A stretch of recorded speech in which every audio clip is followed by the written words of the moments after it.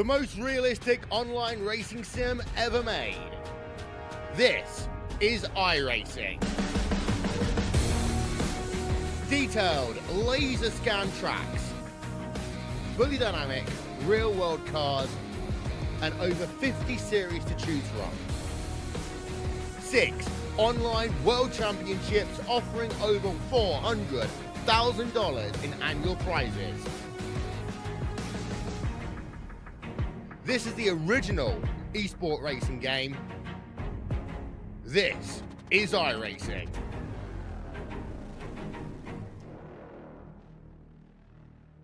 2 to go. Is anybody to try to maybe make a third one? This race still very undecided. The bottom lane just doesn't have enough cars now. The rules have been reversed. They're running out of time and they know it. How about Noah Mikulski in the 03? He can easily fit in this battle. The bottom surges to the inside. Now pulls even with Hutton off the turn number 2. 900 horsepower at their feet. Banks doesn't have a push. Hutton, can he do it off of turn 4? Right, giving him another push. They stack him to the outside. And the line, checkered flag, pink surges to the bottom.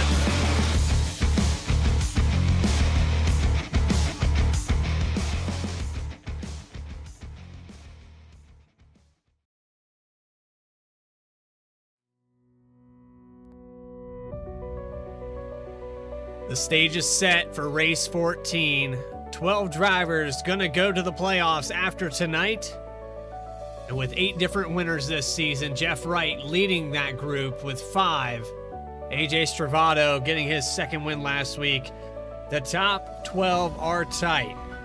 Who's got what it takes to get to this top 12 and get to victory lane tonight? We bring you flag-to-flag coverage here live on V-Speed from the virtual Darlington Raceway. It's Saturday Night Racing League. I'm your host, Bradley Cooper, alongside Connor Horn, and we bring those points graphics up on your screen right away. It's really tight from 13th on down to about 16th position. These guys separated by less than 20 points. What's it going to take to get in to this top 12? For a track like Darlington, I'd say it's going to take survival. This is going to be one of the biggest races of the season as far as attrition rate goes, because this lady in black, too tough to tame. It's going to be tough to tame it tonight for everyone, no doubt about it. So surviving is just really 80% of the battle here. You're never racing other drivers here. You're racing the racetrack. So drivers that are right on that cut line, like Sturgill and Cofield, who are separated by 2. Chuck Sweeting there cutting 8 and 9 points back. It is going to be about surviving before even think about getting a good finish tonight. Surviving, staying off that turn 4 wall, and mainly being consistent, like some of these drivers have been all season long. Jeff Wright not with us tonight. I believe Reggie Ortega also not going to make the field here, so that does allow some of these drivers to have a chance to get a makeup in the points. But as we get set to go trackside, Saturday Night Racing League, let's get your grid up here on the screen for you right now. Chad Klinger going to start on the pole alongside in the 7. Whitley in the Harpoon Designs machine. Second row is going to belong to Adam Cabot with Ray Massey in 4th. 5th spot will be Michael Sturgill with Alex Bell.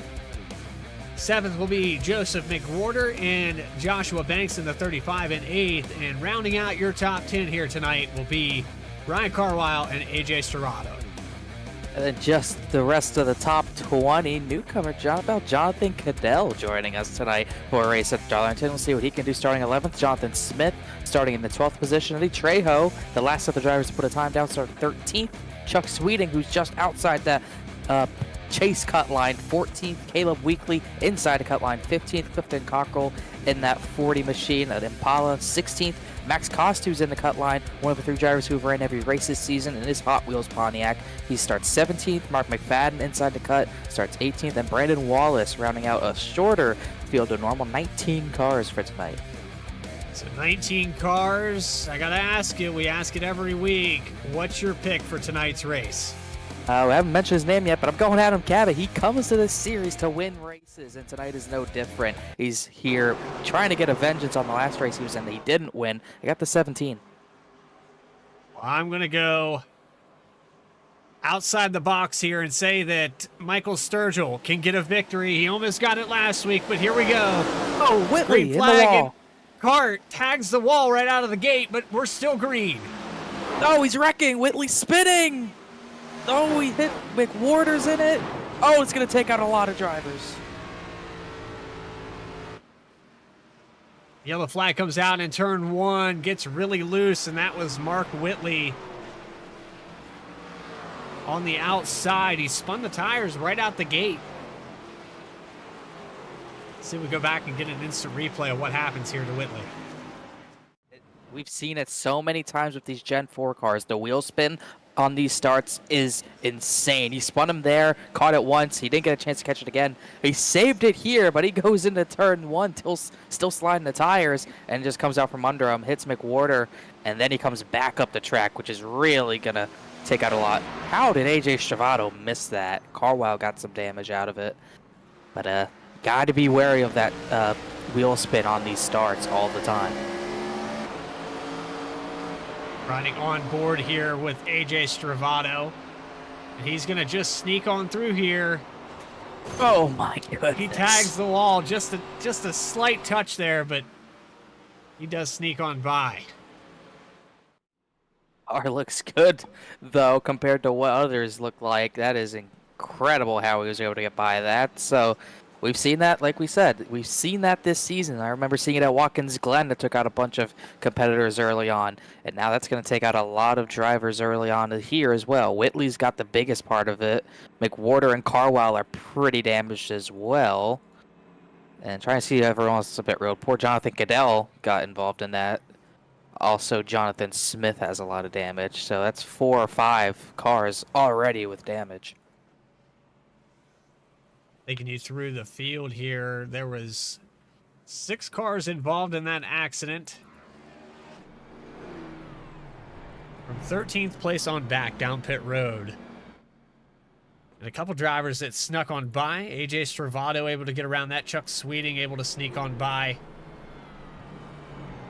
Some of these drivers gonna save the track position. It's so crucial here because it's so impossible to pass. Unless you get a guy on the exit of a corner, you really don't want to be beside each other in the entrances. No, definitely not. You're going to be looking to get runs on drivers, and that's hard to do because these straightaways are just not that long. This track is, what, trying to look it up, only like 1.36 miles. Yeah, a mile and a third long. The straightaways are not long enough, especially with the horsepower these Gen 4 cars have. You go down them in a hurry, so as we take the one to green, you do not have much time to get a run on someone, so they have to really mess up on the exit of the corners for you to get enough of a run to even clear them, and even then, you're probably going to have to stay single file through turns 1 and 2. You might have to try to make the move on the exit of 4. That's where I would usually try to make moves, on the exits of turn 4. And even then, the guy you're trying to pass does not have to give you the room in the turn number 1. Like years past, the driver who's getting passed would just lay over. It's not the case anymore. We've seen drivers go too wide more than ever in the turn 1, and more times than not, it just does not work. So if we get the turn 1 this time, I'd be looking for that. Chad Klinger, Adam Cabot, Michael Sturgill, your top 3. Going to lead him into turn 1. Cabot's been tough to beat this season, but if we're going to have a first-time winner, surprisingly, the 17 has went winless this season. Yeah, and a limited amount of starts, too. He's trying to change that, though. Here we go. Try it again. Let's crank up the heat a little bit here. Green flag up in the air, and we're back live and racing for what feels like the first time at Darlington.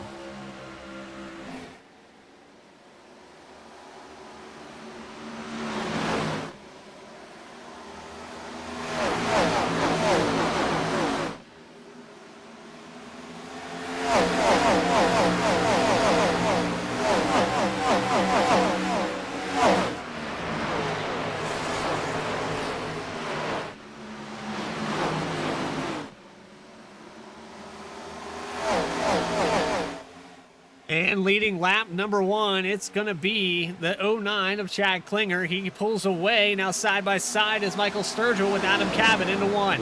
That was incredible. I was just talking about how you do not do that into turn 1, but they did it twice actually, and somehow Cabot got to clear the 90 of Sturgill. That was a pretty incredible move for lap number 6. That was risky, but he got the second. Working his way up through the field relatively quickly. Chuck Sweeting is up 6 positions. Partial to that caution that happened on lap 1. That outside line did not get going. They had to check up hard for the 77. And that allowed Chuck Sweeting down the inside to pick up about 5-6 positions really quick. Stravato was able to pick up spots as well. He won up 3 positions because of his avoidance. As a lot of drivers who were at the back come to the front because of that, and the drivers who start up front, like Whitley, are back in the rear of the field. Whitley McWhorter started 2nd and 7th. They're down next to each other, 13th and 14th with damage. As battling in behind, Jonathan Smith, Ryan Carwell, side by side for 15th position. You know, all this talk about not going too wide, they're doing it anyways, but they're at least making it work. 72, Cofield, or Smith, I apologize, gets into the wall. Spoke too soon. They made it work into the entrance, but right through the apex there where that corner starts to tighten up, where you should be getting back on the throttle, it just doesn't work side by side. No, because you're going to have no grip on the outside of the exit of 2. You have to run a very specific line. You can get away with it on the outside in turn 1 if you're very careful, but you cannot get away with that in turn 2. So down the back straight away, the 09 of Chad Klinger trying to get away from Adam Cabot, but Cabot's kept him in check for about 0.3 of a second. But coming by to lead another lap, it's going to be the 09 for 9 laps led now. Now, I know I went outside the box here and I picked Michael Sturgill, but how about Chad Klinger? He's had a great season, and he's another driver that's went winless this season. Had a few opportunities, especially at short tracks. He did win at Richmond. You weren't there for that one, so that's correct. It's acceptable, but he did get the redemption from Martinsville. Remember watching Martinsville? He had that race on lock, led the most laps, but a little contact late in that race went away from him. But he did get it back at Richmond, and he's really, if it wasn't for Jeff Wright, he'd be in the catbird seat for 10 bonus points going into the chase. But Jeff Wright, even with not being here, he's got that wrapped up with how dominant of a season he had at the very start. But the 09 is definitely someone to watch going into the chase. He's fast everywhere he goes. A little bit of a gap from 8th to 9th position. Clifton Cockrell is about 2 seconds back, 3 seconds back from the leaders, 1 second back from Chuck Sweeting. And some action going on with Joseph McWhorter as he passes Caleb Weekly for the 11th spot. He makes quick work of that out of 4. And McWhorter, even with left front damage, he's still pretty fast. And we're talking about how you make passes here. You got to kind of capitalize on mistakes all the time. The 13 of Weekly got a bad run out of turn 2, and McWhorter was able to just get under them and take that spot away. That's how you have to do it here. Showing them how it's done. So, from the dynamic cameras that we have here, we're trying to get the best angles we can, but this track's so tight, so fast, it's hard to get all these guys up in the frame, so we're going to do our best. 09 of Klinger, the 17 of Cabot, they have stayed at about 0.3 of a second. How about Sturgill? He's starting to gain some ground back up to the 17. Wonder if Cabot's trying to save his stuff or not, but you know, Sturgill's going to try to pick up a position no matter if someone's saving or not. As Cabot goes all the way to the wall through 3 and 4. You usually want to be around that bottom, but he's trying to run the top line, get clean air on the nose because Chad Klinger's taking his position. But not surprised to see Sturgill pushing at this point. With how important track position is, if he can have an attempt to get by Cabot, he's probably going to try to take it. That higher line, you see it. Way he's dragging the brakes a little bit longer than the 90 of Sturgill. It's kind of an art form to not hit that wall when you late brake like that. It is definitely an art form. It's something I just have not really mastered here. So few people have. It is just so difficult to be able to do that and make speed while doing it. So you just can't give enough props to the drivers like the 17 of Cabot, like I've seen do here. Look at those guys who can just do that really automatically. A little bit of grouping up back here. You got the 15 of Alex Bell in an unusual paint scheme. Going to that throwback Caterpillar machine. ran an all black 15 all season long. Now he's driving for what that would be Michael Waltrip Racing, I do believe. Bill Davis Racing, what it was at the time. Got a Camry on the front of that. Dave Blaney throwback.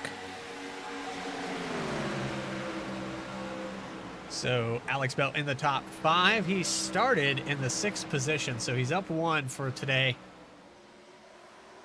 Top 5, really top 7 or 8 haven't spread too much apart from each other. We go back here to Chuck Sweeting in 8th. He's keeping these guys honest, but nobody's really making up any ground. Yeah, you got these top 8 kind of in a line. No movement ever since the 35 got by Alex Bell just a few laps ago. But after you get past Chuck Sweeting, there's a big gap building. It's right now just over 2.5 seconds to Clifton Cockrell, who's running in the 9th position, as he's got, what a surprise, Joseph McWhorter trying to chase him down. As McWhorter really closed up on the back bumper. In fact, you can see how close he got to that back bumper, as Cockrell's just going to let McWhorter by. Sorry, I was trying to get I thought I got the name wrong. It was Clifton Cockrell, I'm sorry. So Cockrell is going to let McWhorter go by. That's for the 9th position. A lot of ground to make up here. 3 seconds. The Cockrell clipped the wall there. I think Trejo hit the wall right in front of Mark Whitley as these two, you were looking at him. Oh, we got a car spinning. That's the 13 a weekly. Oh, he goes off saved track, that. Saved it, shot it all the way down to the inside. Oh, and didn't get on the track in time, but they'll keep it straight. Just a little slide there, and it's probably going to carry all the way around to the exit of the corner. Oh, yeah, that was a heck of a save. So a good save there for Weekly. Gets it back on track. Looks like he's going to clip the wall now out of 4. So still some struggles here for the 13. Very tough track. One of my least favorites, and just because it's such a tight groove. Now, I love watching it from a spectator standpoint. Excellent track to drive on. AJ Stravado showing you how to pass as he gets to run out of 4, and the 15 clips the wall in the entrance. It was actually out of 2. Oh! Ray Massey also hits the wall. That was more of a hit of a wall for Massey. I think Bell just scraped it trying to give the 33 a little extra room and just lost track of where he was on track, but you do see a pass at this point. That's for 5th. Meanwhile, for the lead, they're side by side. Cabot's going for the lead on the bottom of turn number 2. And he's got it. He does get it. We're going to go back and take an instant replay of that. We were seeing that out the quarter of the frame there. Just missed the pass for the lead, but this time around, looks like the 17 of Adam Cabot's going to lead. It looked like he just finally wanted to go with the way he closed in on the 09 that quickly. He was about 2/10 faster than the 09 the lap before, and now that time by was 3/10, and we'll see if he can form a gap at this point on the 09. He just gets such a good run out of turn 2, able to get the nose down on the inside. Klinger not able to pinch, and that room that he gave the 17 allowed him to drive off and make quick work of it. Yeah, Cabot was there, and Chad Klinger had no choice but to give the room and give him some space down there, and Cabot took the lead with it, as we're starting to see that 15 of Alex Bell. Like he's done so much this season, he'll qualify up front and start to fade back a little bit. Ray Massey just got by him. Bell almost tapped the wall back there, but starting to see the 15 fade just a little bit again. And that's kind of been the product we talked about, different drivers that do better at different tracks, and we've seen Bell do really good at 1.5-mile tracks where it's a nice wide groove, and it seems like these shorter tracks he's able to qualify up front, but when it comes to, I guess, longevity of the tires, maybe running a line that doesn't burn him up, he just hasn't been able to do that this season. It's definitely been an issue. He's got to fix that before the chase starts. I believe he's in a position easily 5th in points coming into tonight with 2 top 5s, 9 and top 10. Wall. That was the 40 of Cockrell. Sorry about that. He's starting to fade as well. He was 9th, but looked like it was in turn 1 where he just got against it. Turns 1 and 2 is tough because if you hit it in turn 1, look out, there goes Caleb Weekly by. You hit it in turn 1, it is hard to get off it without slapping it again. I think that's what he did, is he'll let Cockrell and Brandon Wallace by. Joshua Banks gets around Ray Massey. Massey might have clipped the wall, but the 35's coming all the way to the bottom of the track. He might be bringing it down pit road. Got to be careful. That tiny orange cone on that yellow line, you've got to get under that, which is a weird iRacing rule. But yeah, lap 25 pit stops tonight. They've got, trying to see the extra tire sets we have. We have 5 extra tire sets, so use them wisely. I think we're going to use all the extra sets tonight. This is going to be the biggest fall off we've seen probably all season long. Trying to look at Cabot's times. He's about 1.5 seconds off what he ran at the beginning of this run, so we might not be too far away from seeing more pit stops, but this might also be Sturgill trying to get an extra stop in there. Banks comes down pit road. He's going to be down and away here momentarily. Maybe a speeding penalty here. No, he's good to go. Jack drops and the 35 down and away at lap 25 for him. Sturgill going to the bottom, and we gave Ray Massey the top. The 90 coming in? Nope, just not a good run off of turn 2, and now the 90's starting to fade here. You can tell really struggling to get the power down as that puts Ray Massey up to 4th for the time being, and here comes Alex Bell.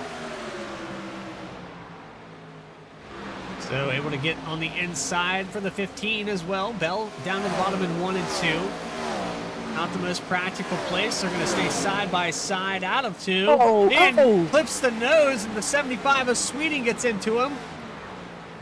That brings out yellow number 2 on lap 28. And there goes Joshua Banks' strategy. That sent the 15 down to the inside wall pretty quickly. I don't know if he got help from the 75. Sure looked like it, but we'll have to see. Go on our V-Speed instant replay. 90, just like the Battle of the Lead, gives the room, but the guy on the inside not able to complete the pass. Sturgill throttles up, and it's like Bell clips the apron, gets sideways, and yeah, Chuck Sweeting had nowhere to go there. Just snapped it loose there for the 15. Able to not touch the inside wall. But very close call there. Yeah, no damage done. It's hard to It's hard to spin here at Darlington and not hit anything, but the 15, Bell was able to do that, but that'll definitely bring in the rest of the field for their first set of tires. Cabot leads them all down as Banks is going to get the free pass, so it's not going to be the end of the world for him, but he's going to have to make up all that track position back up on his own. Down pit lane here for the 17. Chad Klinger behind him, AJ Stravato, and I don't want to change my pick just yet, but I do want to have a backup, so I'm going to allow you to pick your backup first before I pick mine. I'd be good with Cabot right now. I guess if I had to pick a backup, it's going to be the 33, but I don't think I'll have to use him. I'm going to go with Cabot all the way regardless of what happens here. I think I'll go with the 09 of Chad Klinger as my reverse there, and not that I was counting him out, but after what I've seen here with Sturgill starting to struggle 28 laps into this race, I think we need to have a backup car on the hauler. Hopefully he does not have to get the backup car out, but his car at least looks good, but definitely started to fade on that as the run went longer there, as they got about 20 green flag laps on the tires. You see the 90s start to shift into maybe too tight of a phase there and just really start bleeding time. I'm staying on the same team with the 09 and the 90, I do believe, so I haven't totally jumped ship. But here we are, 30 laps into this race, and this is playoff time. Final cutoff race for the top 12. 204 miles for race number 14. It's been a great season here for Saturday Night Racing League. We're going to take a quick commercial break and go side by side under yellow. We'll be back here on V-Speed right after this.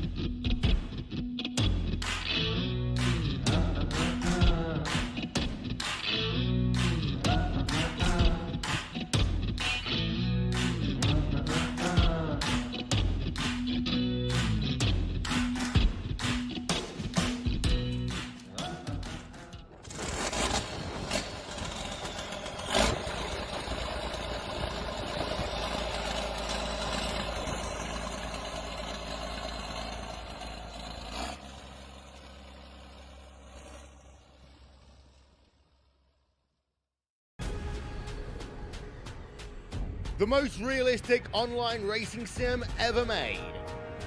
This is iRacing. Detailed laser scan tracks, fully dynamic real world cars, and over 50 series to choose from. 6 online world championships offering over 4. Back here live for the final cutoff race at Darlington Raceway. 19 cars about to take the green flag with Adam Cadam leading them into turn 1. Live here on V-Speed, green flag is back out and we're underway. Oh, and Stravado gets really loose and Klinger's down there as well as Sturgill. It's like they all saved it, but it's their oil in turn 1. Everyone at the front except the leader slipped in it. And now they're side by side. Stravado got loose there and sent it into turn 1. He gets around the 09 at Klinger. Somehow worked out for him. I'm not sure. I think Klinger just got loose and Stravado kind of did the same thing. Right, Massey hit the wall down the straightaway. He loses a spot, but doesn't get too badly damaged. Another car in the wall back there. I think it was Cockrell, but he's straight now. Wild restart. And it looks like the 77 has regained his composure after that wild start to this race. He's up to the 9th position, goes around the outside of Mark Whitley, where he's trying to out of 4 there. He's able to clear and claim, now going to the inside of Eddie Trejo for 8th. Wow, way onto the apron. Trejo hit the wall pretty good, trying to keep it up there. Here comes Joshua Banks. That's already for a top 10 spot from starting tail end. And there might not have ever been a better restart for a leader than what we just saw. Adam Cabot, he already has almost a 2-second lead from that. Yeah, he comes off of turn 4. 1.8 seconds across the line there. AJ Stravado trying to chase him down. Chad Klinger just behind him. And then the 90 has fallen all the way back to 15th. Jonathan Smith just hit the wall pretty good. Banks gets by him. But yeah, the 90 got sideways, kind of like the 09 and 33 did, but his was so bad he couldn't stay on the racing surface. So when he slid, went all the way to the apron, just had to keep it down there. So now he's got room to make up. Weekly got a bump from Carwile there, I think. Oh, Weekly's still spinning out of turn 4. And he saved it again. My goodness. Go back and take another look at that. That was on board with the 63 of Max Koss, but here's on board with Caleb Weekly. You won't get a much better view. Weekly slid into turn 3 and just could never catch it this time. Finally just jams on the brakes right there to keep it from going back into traffic. But a tough night for the 13 so far. Gonna try to rebound. Still a lot of racing to go, but 17th, 10 seconds off the lead. So Weekly struggling a little bit tonight, and another guy that's been struggling, especially later in the run, the 90 of Michael Sturgill, who's fallen all the way back to the 14th position after starting in the top 5. He's side by side here with Clifton Cockrell for 13th. Might get the pass away here in turn 4. Doesn't look like he will.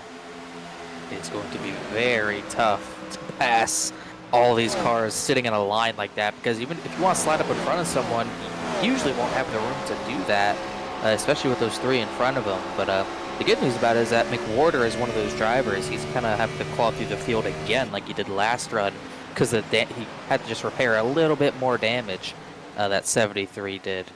So, oop, in the wall, that's Jonathan Smith again. That makes that pass easy from McWhorter, and here comes Trejo. And at the front, Chad Klinger's kept second from Stravado, but the 17's getting smaller and smaller. He actually got back around from the 33, and that happened probably somewhere in the point where we were watching Caleb Weekly, so this has been a minute, but 2.5 seconds still for Adam Cabot. They've shaved about 0.3 off of it. They started on the ground, got a rack behind, and that's Sturgill. Smith involved. So that's 3 cautions on tonight, and we've seen Jonathan Smith bounce off the wall a couple of times already, and that was not one of those times. They just kind of came together here. Smith actually comes off a turn 2 side by side with the 21. Eddie Trejo. Trejo gets a little tight, goes up the track, allows these guys to get to the inside. But right here, there's a little contact, and that upset the 90 of Sturgill. I think Sturgill got, I'm not entirely sure. Let's go back and watch this from another angle. So hard to, kind of easy to tell when you see the rear end lifts up on cars, especially with these Gen 4s. Yeah, okay. Yeah, the 72 definitely got into the side of the 21. Whether the 21 got loose, I'm not entirely sure, but that's why Sturgill ran into the back of this. Yes. Yeah.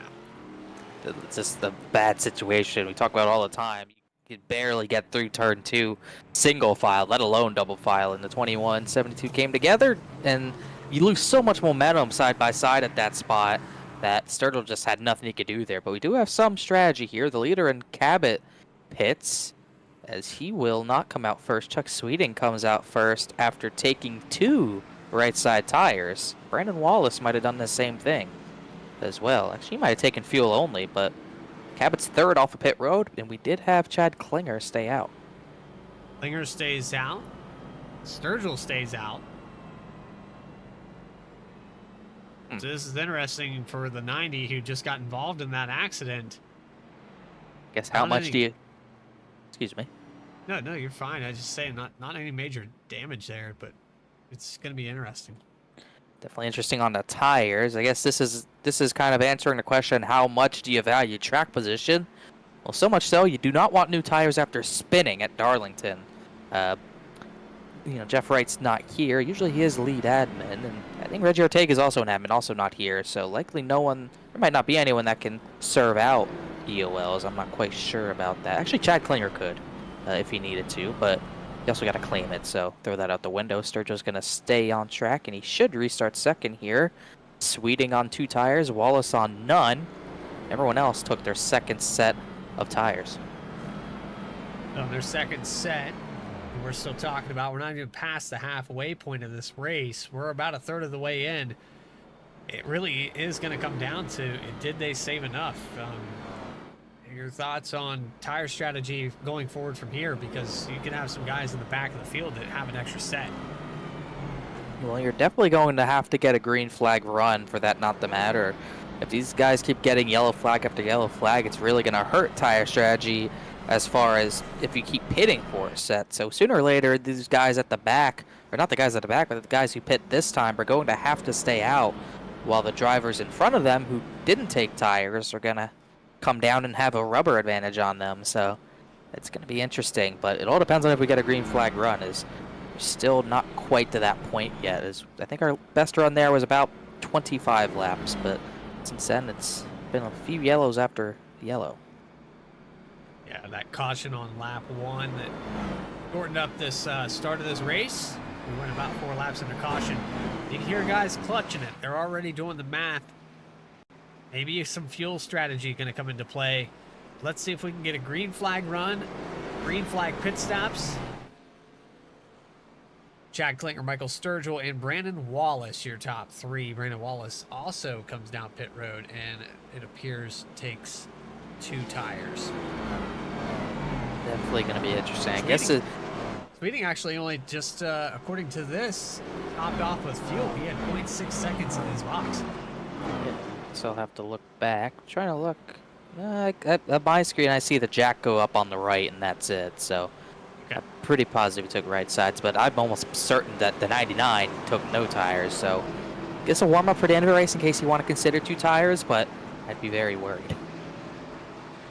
I'm worried for these guys. I've got a little cushion here with the top 2 staying out. The 09, Chad Klinger, going to lead him into turn 1. Green flag back up in the air, and we're underway for the 3rd time here tonight. And some tire spin from Wallace. Oh, Travato in the wall.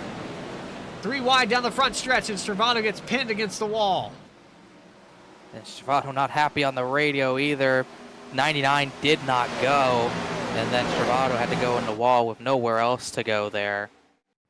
He's still running, but a lot of right front damage as Adam Cabot has made it up to 4th after all that.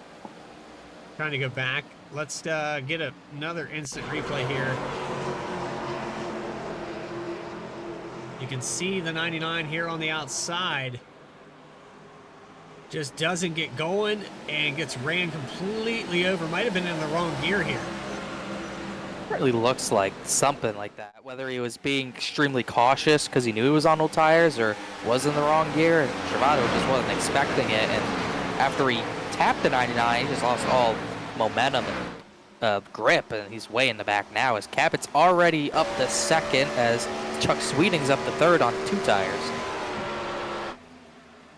Sweeting able to hold on a little bit longer. Ray Massey now and Michael Sturgill.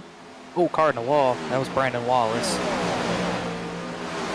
Wallace has a hard hit. The right side on that machine completely tore off.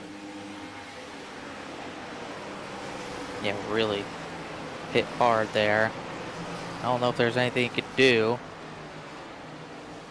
Look who's creeping up in the mirror.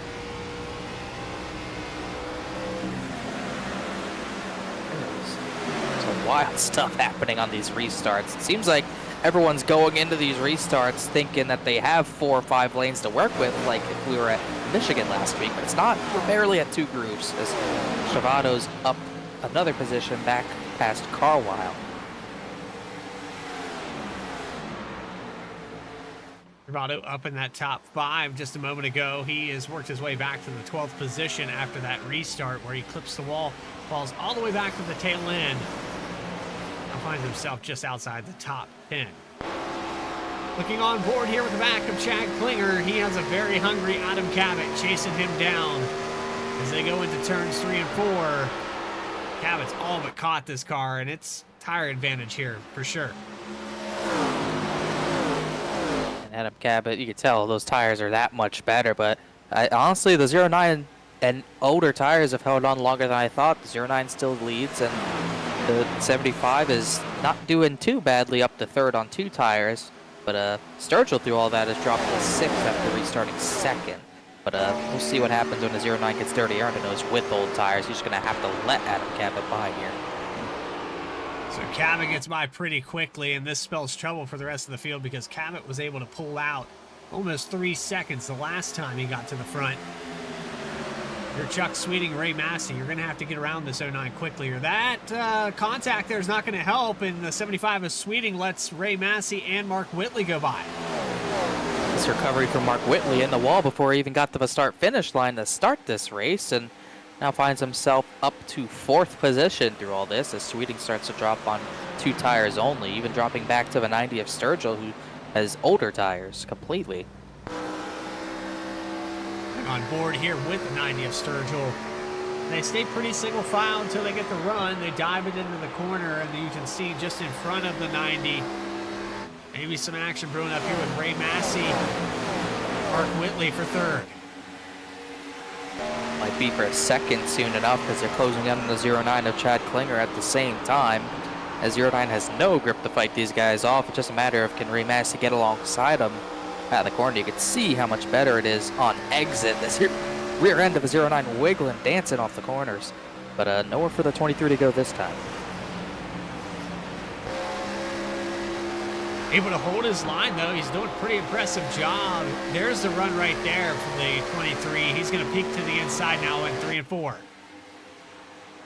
think Klinger will be able to do much to stop this advance. And Massey already clear. Now Whitley's turn to do the same thing. As close to the rear bumper as you can get off the corner. But I don't think that's enough of a run. He's going to stick the nose in there. Oh, they hit. I think the 09 might have lifted here, predicting that the 77 was going to go by. And he pulled back in line for the entry. I was about to say the same thing. That was a miscommunication. I don't think Whitley expected Klinger to give him the position, but that's what the 09 was going to do. And they just met in the middle of both their grooves. But fortunate that wasn't bigger than what it was and seemingly no damage, as I think the message will be a little clearer this time. Yeah, now coming off of turn 4 side by side. And it looks like Whitley is probably going to get by. He dives it all the way down to the apron, running that COT line. Good job doing it. Put him up to the podium position. Ray Massey's checked out on that battle because of that contact. And now next in line would be Chuck Sweeting. But once again, he's only on 2 tires, so probably struggling with grip in that 75, as I think Joshua Banks is going to skip the line here and get him instead. Banks down to the inside, top 5 now for the 35. He is up 8 positions from the 14th spot. Actually, apologize, that's Sweeting up 8 positions. 3 spots here for Joshua Banks in the 35. Jack Klinger, next victim here for 4th position. This is where you're kind of hoping for that caution a little bit, because likely the leaders, like the 17 and the 35, these guys won't pit and waste another set, so put the 09 on offense instead. But not looking that likely right now. Anything's possible at this track. It's a wild night so far, but a little more spread out. On board here with Ray Massey. He is in second right now. 1.3 seconds separating him and your leader, Adam Cabot. A lot of ground to make up, but professional driving here by all these guys. Even with the cautions we've had tonight, it's just a tough track. It really is. It's Bristol with a higher speed. You're tight groove. You're up near the wall for a lot of it. Takes a while to get used to. Jack Klinger almost hits the wall in 1 and 2. That's how hard it is. You got to get that close to the wall to be fast. That wasn't Chad Klinger making a mistake. You have to be up there to make speed, and that's the best thing you can do with a tire disadvantage, to try to plant it against the wall and make time doing that. But Jeff Sweeting's all over him. But unlike the guys with fresher rubber, he cannot get enough of a run to get alongside his 09 and have a real look. This has allowed Alex Bell to catch up a little bit, and he's starting to peek into this battle for the 5th and 6th position. Oh boy, I think we just had a car tag the wall really hard there. I heard it, but I didn't see it. I couldn't see who it was either. Not sure if it was even close to the front as well. Didn't really see anyone hit it.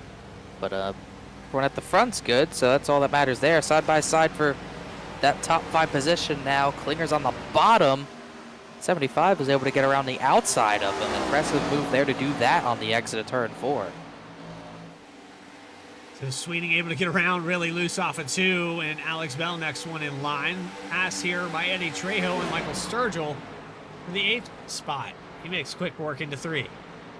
That's for 8th. Sturgill back to 9th, and behind him would be Stravato, who's still trying to climb back from the restart incident. He's back up to 10th, but he's got a long way to go to get back to where he restarted in 4th. That would be about 3+ seconds up the road to Joshua Banks if you could get back there.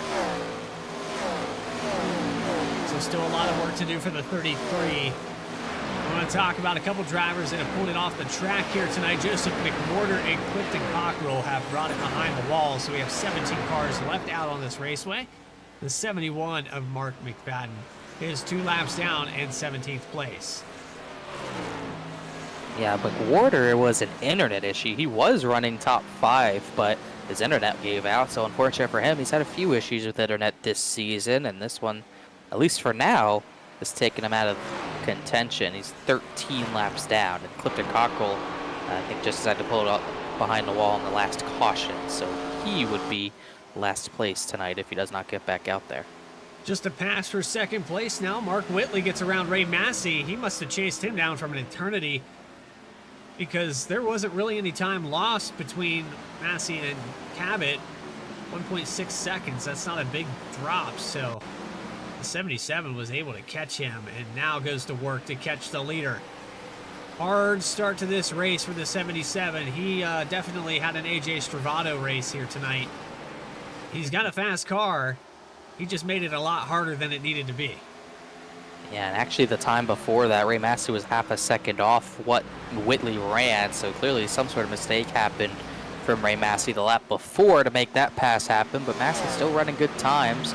And last time by, Mark Whitley was 0.2 faster than the 17 of Adam Cabot, the race leader, so it could be Cabot saving tire 100%, but Whitley does have some competitive speed tonight regardless. Yeah, able to start outside the pole. Never really got to show that speed until now. Meanwhile, I believe that his teammates Joseph McWhorter. McWhorter is back in his car, getting ready to get back out there, but race seemingly pretty much over because of how many laps he's lost in this scenario. Yeah, and still blinking out, having some connection issues. You can see him down there on pit road. And track steward's probably not going to allow him to come back out until that connection clears up. 17 laps down as of now, and it's hard to tell when that connection will clear up. So hard to tell when we might see pit stops again. Remember, Banks pit on lap 25 of his run, and we might not be too far away from seeing that again. This run's about 20 laps at this point, so we might not be too far away from pit stops. Gotta be getting close. These guys have pushed it 24 laps in this stint. So passing Servato into the wall. He gets around the 21 of Trejo, but then in 3 and 4, sends it a little bit too deep. Trejo got checked up behind Klinger, and Servato just tried to make the dive move and just sent it a little too hard. Right front's kind of used up anyway, so I suppose no harm, no foul in this case, but he's still making really good speed while doing this. Well, not like that. That's a little too much of a hit, but definitely I think his anger about that restart incident's kind of getting to him here. He's in the wall again. That is 3. That's a hat trick. And 1 lap there for the 33, and he's going to tear the right front off of this thing if he's not careful. It's already kind of used up, but it was like that when he was making speed, and since he got by Trejo, he's just been hitting it, but still nothing that will ruin his race, but if he hits it a little more, it might get exceptionally bad as Trejo gives up another position to Michael Sturgill. That would be for 9th.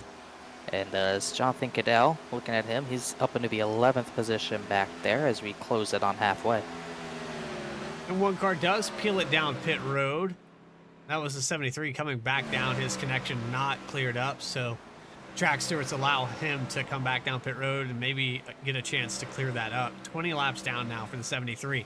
Adam Cabot, 2.1 seconds ahead of Mark Whitley.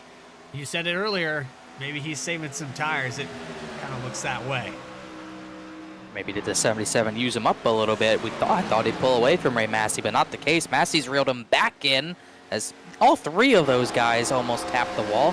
I say all 3 because the 35 Joshua Banks has caught both of these drivers with incredibly fast laps on his own, as these top 4 are gone at this point. Yeah, you can see the gap back there to the 15 of Alex Bell. He has Chuck Sweeting on 2 tires. Sorry, Whitley had a slide, that's all. It happens so fast at this racetrack.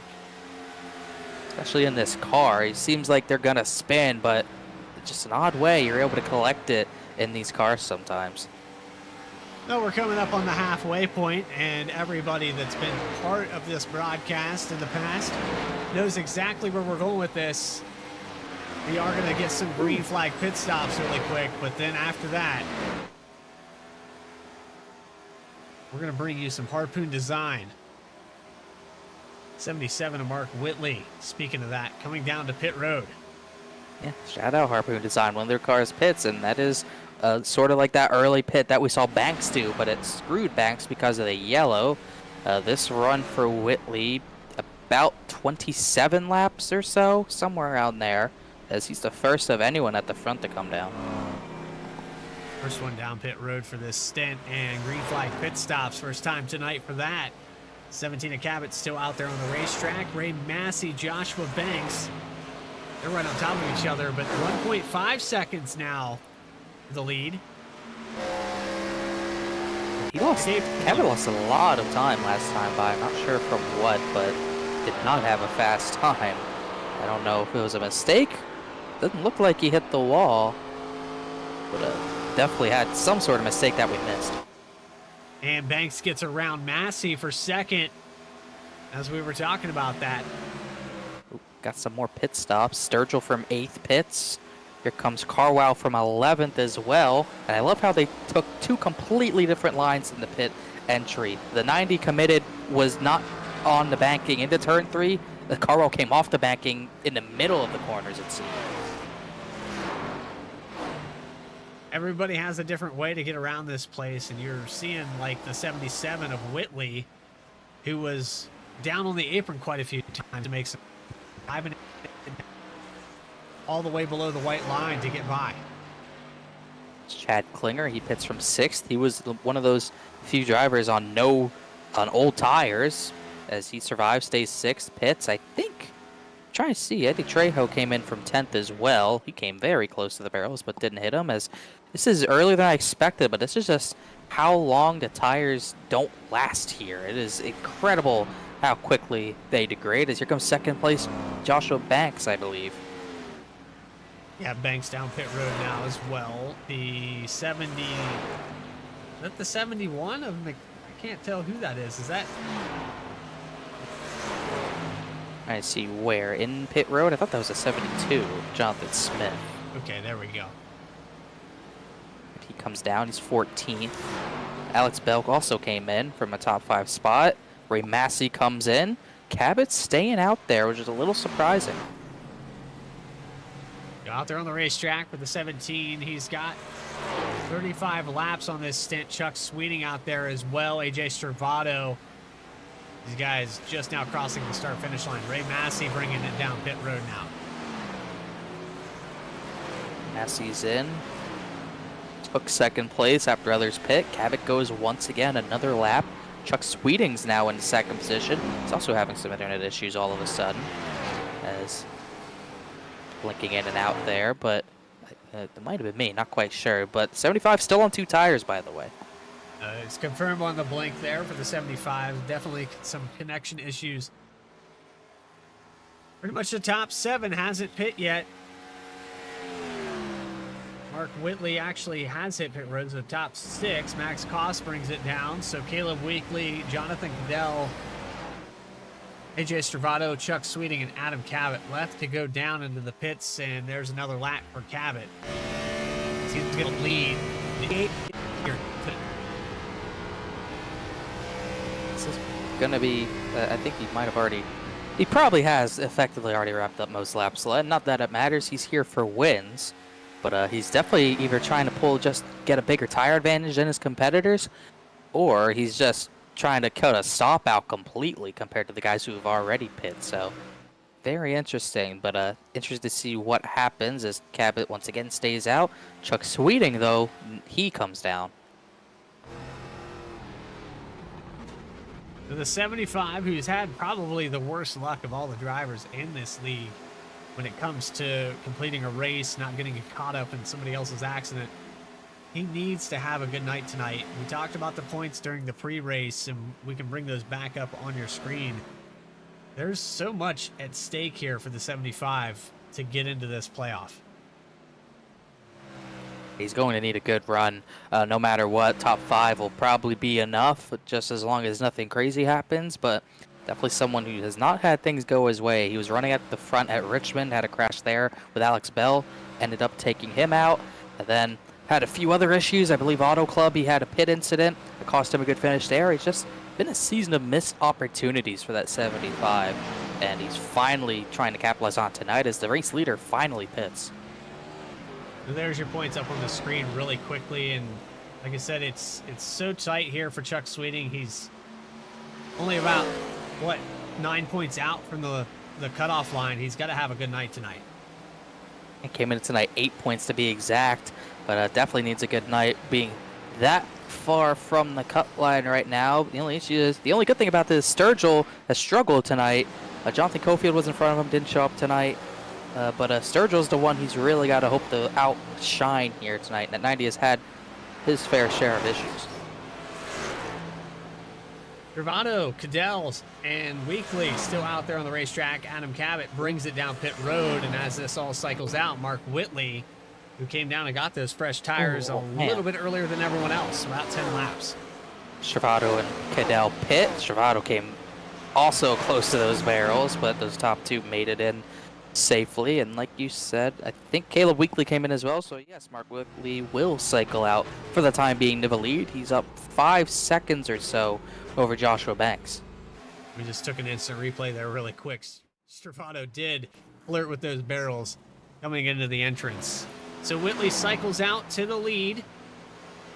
And since he's your leader, this makes it a perfect time to bring the noise here, brought to you by Harpoon Design. Let's do it for a couple laps. Let's do it.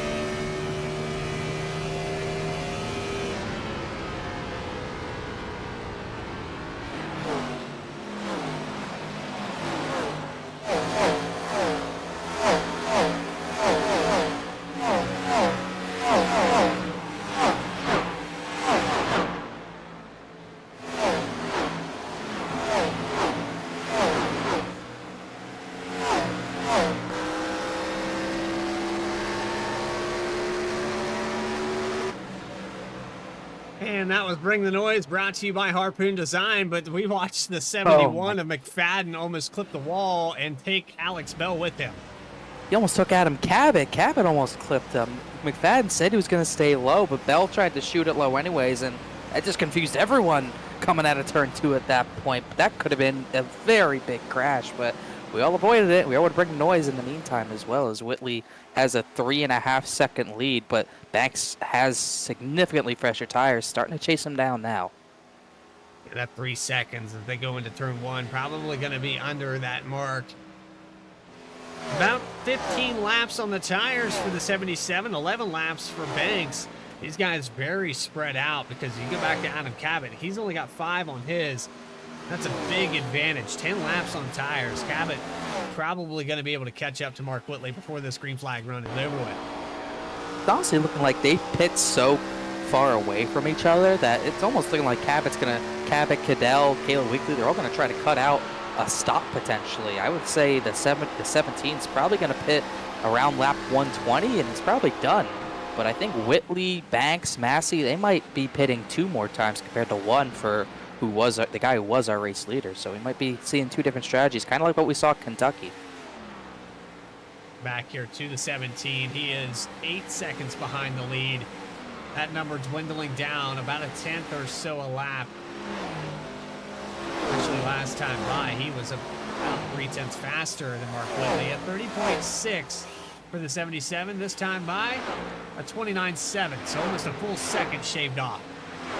That is about 4/10 faster than Joshua Banks, who is about half a second faster than Mark Whitley, as that gap is almost below 2 seconds. As a matter of fact, I believe it is, so could see a change for the lead in the next lap or 2, as Ray Massey is even faster than Banks, but not by that much at this point. So it's really Banks trying to chase down the 77 right now, who's just had an absolute roller coaster of a race so far. Yeah, it's about 700ths of a second that last time for Ray Massey, but not quite enough. You got to get about a full 10th, and it's going to really boil down to when they pit again and how many stops they're going to have to make. You just talked about how they're going to have to make an extra stop based off of our math. The 77 of Whitley might be in a situation where he has to go 1 more time, and that's just not going to cut it tonight. Yeah, I don't think the fall-off, I thought the time would be falling off much more over long run. Cabot's fastest lap on the previous stint was about a 29.4, and his slowest lap was about a 31.4. Well, that is still 2 seconds of fall-off. I honestly did expect a little more, and I don't think that's enough for an extra stop to really make a difference. Based off time here, Cabot gets around Jack Klinger to put him back to 5th position. Alex Bell back in 6th spot. Michael Sturgill in the 90 finds himself in 7th. Ryan Carwile 8th. Chuck Sweeting, who stretched out his pit stop almost as far as Cabot, is in the 9th position. And then AJ Stravado, who's kind of had a frustrating race here tonight, will round out your top 10. Yeah, Stravado pit late as well. He pit late with Jonathan Cadell, who's in 11th. They both pit the same lap, and they have some of the freshest tires in the field right now, and they're trying to put that to good use, but not quite making up enough time to make positions up yet. But Cadell 11th, Max Costa, last driver on the lead lap, in 12th. And then you get the lap down cars who have either just not had the pace or maybe had issues. As trying to see who that is pitting. That's Mark McFadden. Then trying to see Weekly 14th, also pit late. Jonathan Smith in 13th. Brandon Wallace 15th. Trejo's 2 laps down in 16th. 17th was McFadden, who we saw on pit road. And that is all 17 drivers still running. Just McWhorter, I think, pulled up behind the wall for good after not being able to get up this speed coming back on track. And Clifton Cockrell went out of a race a little before that. So a change for the lead. Joshua Banks gets around Mark Whitley and puts him back. He is now pulling away about half a second. Whitley a little bit off pace now. Those tires starting to show. There's about 4 lap difference between Banks and Whitley. Ray Massey now catching up.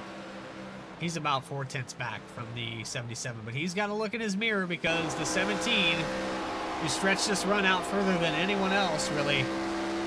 Actually, Stravado about a lap after that. but just an impressive long green flag run here. 95 laps into it. We're almost at the 50 to go mark and a pass for third. Yeah, that was pretty interesting to see the 17 go long, but he clearly thinks this is going to be the fastest strategy to the end. He pit lap 81, 33 of Travato pit a lap after, like you said, so few drivers going to try to make that cutting a stop out work, as that 17 is so fast. It's going to be hard to deny him regardless of what the strategy is.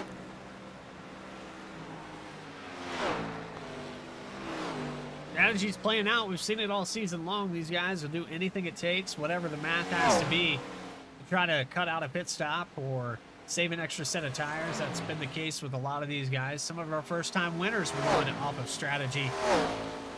And with guys like Jeff Wright not being here tonight, you got to pull all the cards out. Anybody can get a win here tonight and lock themselves into that top 12. When someone as dominant as Wright goes out of the race, it kind of turns into a little bit of a dogfight, as you're seeing right now as far as strategy goes. Everyone's just trying to one-up the other on strategy because these guys, a lot of these guys are just so even on the track that you need to pull strategy to do something different. I think that's exactly what we're seeing tonight. I think you hit the nail on the head. Is speaking of strategy, Alex Bell, lap 97 is going to come down from 7th. His last stop was lap 75, so this is a short stint, only about 22 laps. Maybe mathematically knows that he's going to have to pit twice anyway. Thought maybe the tires would be a better strategy to get some of those positions back, but he's going to fall probably a lap down here as he comes into the 11th pit stall. Oh, Chuck Sweeting has left the race. I couldn't see what happened, but he's all of a sudden out of a session, out of the race.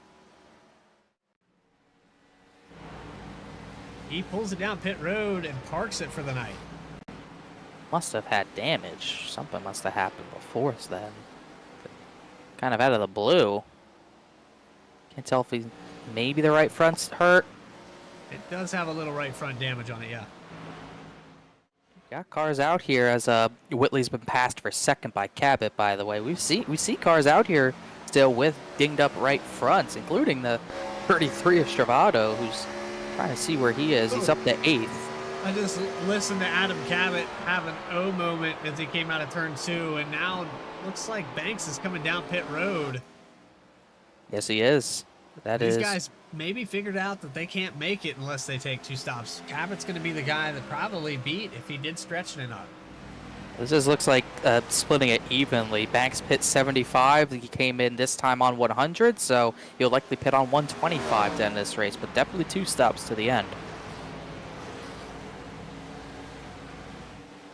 Did Adam Cabot stretch it enough there with that, I believe, 44 or 45 lap stint? It's going to be hard to tell. He's now on lap 19 of it.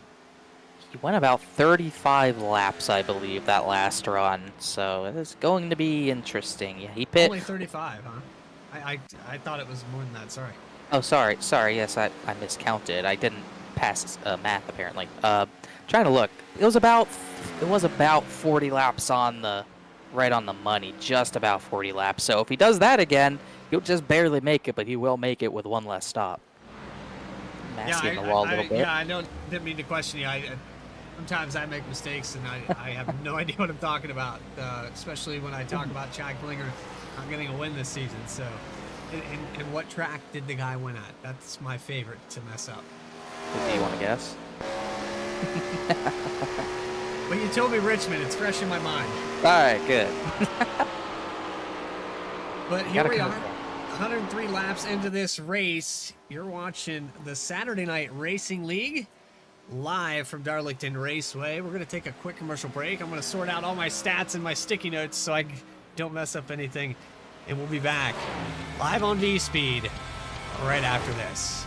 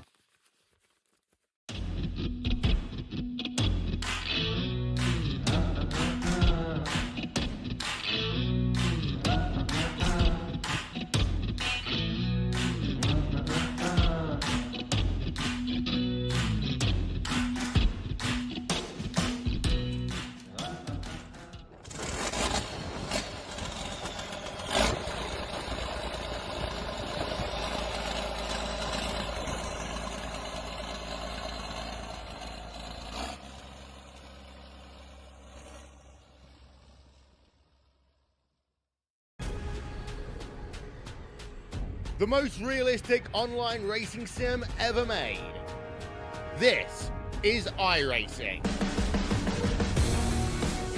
Detailed laser scan tracks, fully dynamic real world cars, and over 50 series to choose from. 6 online world championships offering over $400,000 in annual prizes. This is the original esport racing game. This is iRacing.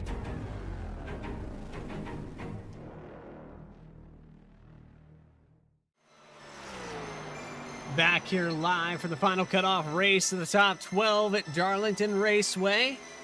We're 109 laps into this race. Adam Cabot has led the vast majority of this with 60 laps led. Ray Massey in the second position, just getting around Mark Whitley during that commercial break. What do you think? It's probably gonna come down to who can stop the least amount of times. Do you think that Adam Cabot can make it on one more? He can do what he did last run, he should be able to, but some of those laps that he was able to make under green probably helped a few of those. He had caution laps on the previous yellow to save a little bit, so it might get tight, but I think the 17 is going to be able to save and make it with the lead he's building up right now. As the other guys behind him, Ray Massey and Mark Whitley, they have not pit yet. It's almost like they haven't really committed to what strategy they want, but there's no way they can make it on only... well, they might be able to make it on one more stop, but it's even going to be tight for them. But the one guy that Cabot's probably going to have to look at is Joshua Banks, who just fully committed to this extra stop strategy. So that 35 is probably the one who we're going to have to look at. Joshua Banks back in the 9th position, being scored as 1 lap down. Also would like to note that AJ Stravado parks it behind the wall during that commercial break, and he is now out of the race. Unfortunate there for the 33. He was having a decent day, but he started in 10th, decided to take it behind the wall.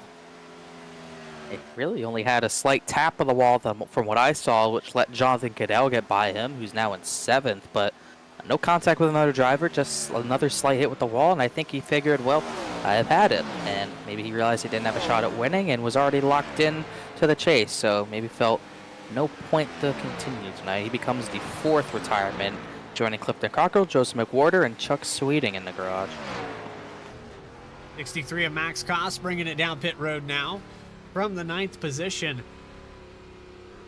Maybe we just queued up those pit stops again. Looks like it. Mark Whitley pits from 3rd, so he will come down maybe for his last stop. We are in that 40-lap window, so he might be able to make it from here. Sturgill is also going to pit from 6th. A lot more right front damage from what I remember on that 90, but he's in regardless. Yeah, a lot of right front damage, and probably not going to stay on pit road long enough to get it fixed, but is going to fall a lap down as Adam Cabot comes around for lap 114. And that's Joshua Banks right behind him. So big lead here over Ray Massey, 6.6 seconds. Massey just now crossing the start-finish line. Jonathan Smith in from 10th. I saw where Sturgill's incident happened. He just hit the wall at a 2, lap 105. We've seen a lot of drivers do it, just ran out of room, and once you're out of the main line out of turn 2, you've got nowhere to hide. So that's why he has all that damage, but he'll come off a pit road running with that damage regardless. And look at who else pit. 17 just lets Joshua Banks by, puts Banks back on the lead lap, as I believe Alex Bell had just pit. Chad Klinger pits from 3rd. Mark Whitley also brought it down pit road, so he's just now on his fresh lap on these new tires. 77, one of those situations where I know that these guys are getting pretty good on and off pit road, but how's it all shake out? Because it's pretty much meaningless if the 17 only has to pit this one last time, and he's stretching it out. It's looking like he might. Looking more and more likely, yeah, for sure. That's going to be tough to beat the 70 or 17 when he's cutting out a stop and the pace he's got. I mean, Ray Massey yet to pit again.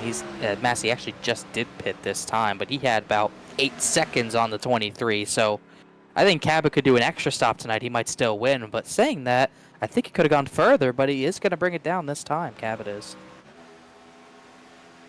So he's looking at now with Mark Whitley pitting as early as he did Those guys were within reach. Joshua Banks now that got his lap back the old-fashioned way. He's coming off of turn 2. He'll probably take over the lead here. It's going to be pretty close, though. Cabot's not going to come out too far behind him. Gee whiz, if the furthest you can go is around 40 laps, trying to see where Joshua Banks he pit lap 100. I don't think there's any shot he can make it to the end, so might be all for nothing, as he'll easily get the lead for the time being, but for how long? Yeah, 16 laps on this stint. He's going to have to stretch it out an extra 10 laps on top of what we've seen everybody else pitting at the max. That's just, I don't think that's likely. Not quite sure it is either. Brandon Wallace pits, was running 10th, as I think Cabot realized how big of a lead he had. He didn't really need to go too far on an old set, so he just decided, what the heck, I'll respond and just make sure no one can pass me back. And it's not what Mark Whitley wanted. He was hoping that 17 would go long. You could at least get positioning over him to maybe fend him off, but Whitley finds himself well far behind the Atlas Chevy. There's Joshua Banks with 8 laps led, coming around to do number 9. Adam Cabot back out on the racetrack, comes out in 3rd. He is 3.3 seconds ahead of Mark Whitley. Whitley 17 seconds back from your leader, and Alex Bell still out there on the racetrack, has not hit pit road yet. He's got even 2 more laps on this stint than Joshua Banks, so he'll be down a little bit sooner if they're trying to stretch it. Just Banks and Bell.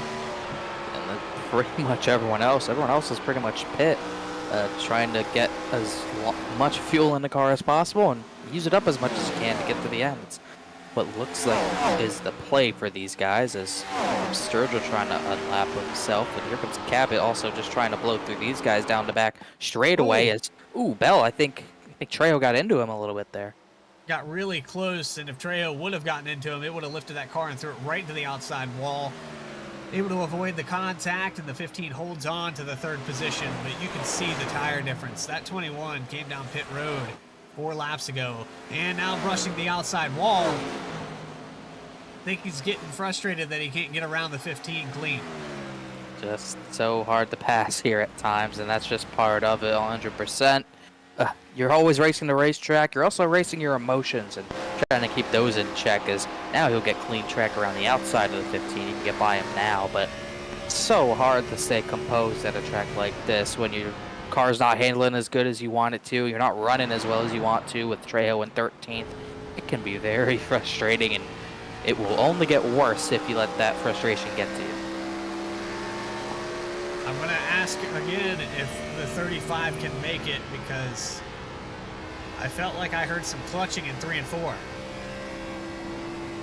have to just wait and see. I'd be shocked if he could make it that far on a tank, but it could be possible. We haven't seen everyone go a full tank. Cabot's the furthest we saw go at all, and that was 41-ish laps, around 41 laps. No clutching from the 35 this time.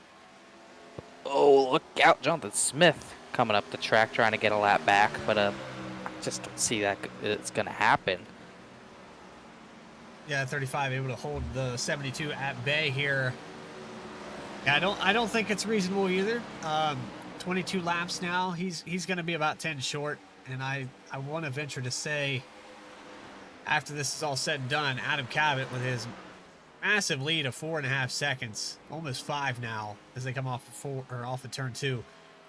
He's probably going to be your leader over Mark Whitley.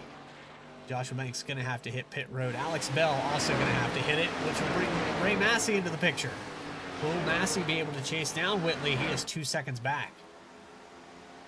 Last time by, not really that much faster than the 77. This time by 0.3 faster, so I think he'll get there, but it's going to be tough to pass him once he gets there if the tire bench isn't up. As I expected, Banks has to come down, and he'll come down now.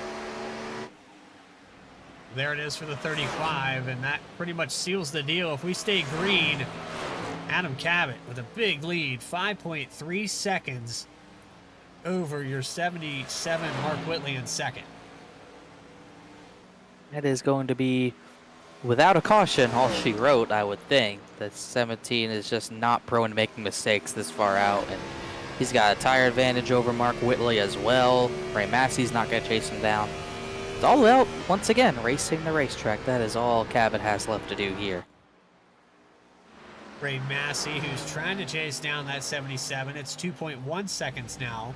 Even with the 3-lap advantage on tires, hasn't been able to really trim that lead down. Chad Klinger maintaining the top 5. But how about Ryan Carlisle? Haven't talked much about him tonight. He is up to 5th. 4 spots from where he began this race. And in the closing laps, he's got a pretty good advantage over some of these guys when it comes to tires. A good tire advantage as Josh Banks comes back onto the track. But yeah, putting decent times down. He won't get to Chad Klinger, I don't think, because I think his tires might, not sure, because Klinger's putting down good times right now. 29.9s, basically 30 flats. Carl a little off that, so I don't know if he'll get there, but still a solid run. He just finds ways to get through the field, even when it's all hectic, like it was earlier in this race. Started 9th, somehow survived, and has a clean race car. The important thing to talk about here is the second place of Mark Whitley. It was 6/10 slower last time by, now trying to navigate a lap car, so that's not going to help either. Whitley's getting caught. For third place, Ray Massey is on the move. Yeah, Whitley pit lap 112. 3 laps later, Massey came down, and Klinger actually pit a lap before the 23. So both drivers have an advantage on the 77, but just intrigued to see if it's enough of an advantage to pass the 77 easily. You won't let them go, I don't think, like they were earlier, because this is going to be for the finishing position, second place this time. So setting up here, Adam Cabot with a 5.7-second lead. Closest battle on the racetrack will be Mark Whitley and Ray Massey here momentarily. Everybody else pretty spread out. There's about a 1-second difference here between Jonathan Cadell and Michael Sturgill. But Sturgill looks like he's kind of maintained that gap and slowed it down a little bit.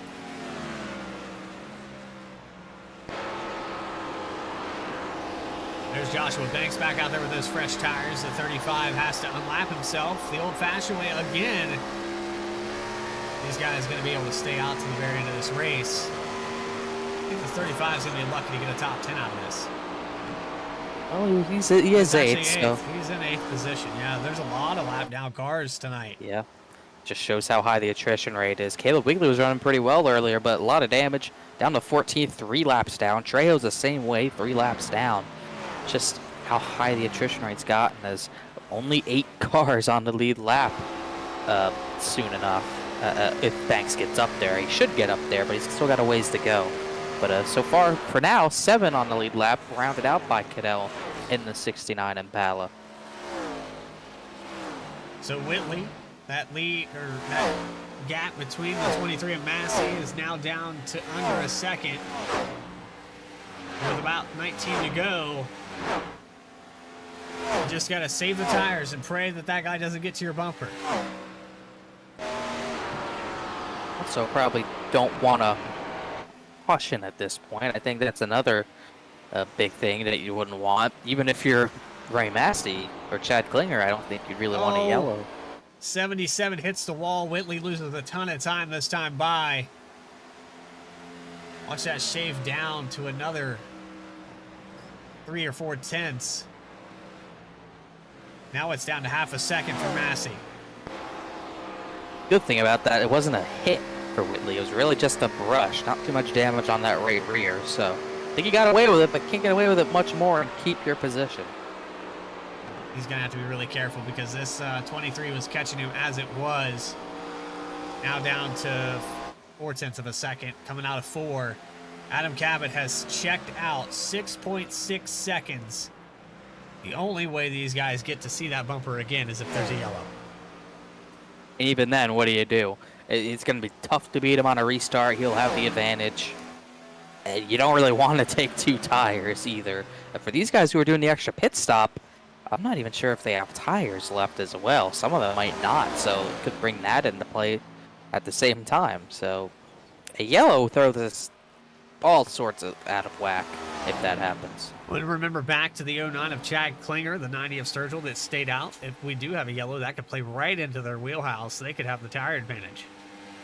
they would definitely have tires. But once again, yeah, Cabot wouldn't have tires. That's right. I don't believe he would. So yeah, Chad Klinger would be in such a great spot, especially with there being a low amount of lead lap cars. It's not like he's going to go back to 17th place if that happens, him and Sturgill. They will be right there to take advantage. So now down to 0.3 of a second here for Ray Massey with about 15 to go. 09 at Klinger actually catching up to this battle as well. He was back about 3 seconds. Now down to 1.5. The issue with Klinger's night, I think he could be second himself, but the last yellow he had, we're talking about his tire advantage. Well, that is the one reason it hasn't played into his factor. We've gone completely green since he took no tires, him and Sturgill. So did not work out in that sense, but Klinger's still got a shot at a runner-up position, while the 90 has really struggled since. Closest battle on the racetrack is for second. Whitley trying to hold off a very hungry and fast Ray Massey. Big run out of 4 there. Massey not able to do anything with it. Can he take it into turn 2? Maybe get a run off that corner. Here's the dive down to the bottom. Not enough of a run. Whitley kind of put dirty air on the nose on the exit and not let Massey get a run out of turn number 4. And now 20's going to have to wait again. Just fired it into turn 1 there, almost too hard. Looking for clean air, looking for an avenue around that 77, but it is so easy to make your car as wide as possible at a track like this. It's pretty much the oval version of Monaco. Tries to hold it down there again. That dirty air really hurting Massey, who shaved off a lot of time. Now has went stagnant. Maybe a run here off of the corner. Not again. Wait. You know where we saw this before? How about Whitley's win? Not Whitley's win, excuse me. Watkins in the Glen. wall. Oh, we didn't see that at Watkins Glen. That's going to be that battle done. Yeah, we were talking about Joseph McWhorter with the win at Watkins Glen, I believe. Did I get that correct? Guess I don't have that sticky note, apparently. But, yeah, Whitley, we saw him chase down McWhorter at Watkins Glen, but once he got dirty air on the nose, could not do anything.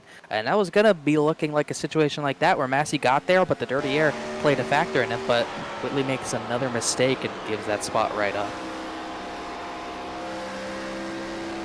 So here we go. Second position now for Ray Massey. Adam Cabot, 7.8 seconds. 10 laps to go as they cross the line. And the 17 has all but done the victory celebrations. He's already thanking the sponsors from the in-car cockpit. Pointing to fans in the stands. Dominating race performance here for 85 laps led by the Atlas Chevy. And we said he was winless at the start of this race. Barring nothing bad happens. I don't think that's going to be the case for 9 more laps. It's his 3rd start of his season. We kind of expected, even with limited amount of starts, he usually makes the starts count with wins, but wasn't able to do that in his previous 2 starts. It was fuel strategy in one of the races that cost him a win. This time, not much that can hurt him this time, but you could tell he's probably not, I guess he's not comfortable with an 8-second lead. He almost tore the wall down in the middle of 1 and 2 as he's coming up to lap Jonathan Smith here. Almost some contact there. That was close. My goodness. Back it down a little bit. My gosh. He's all about it. He's going to pull it out there as far as he can. Still on the hot laps here for the 17. Checking back in here with the 2nd place driver who's pulled out almost a full second over the 77 of Mark Whitley. That's Ray Massey in the 23. No laps led here tonight, but Massey had an excellent race overall. Congratulations to that driver as we come up to the closing stages of this race. 3rd spot, Mark Whitley.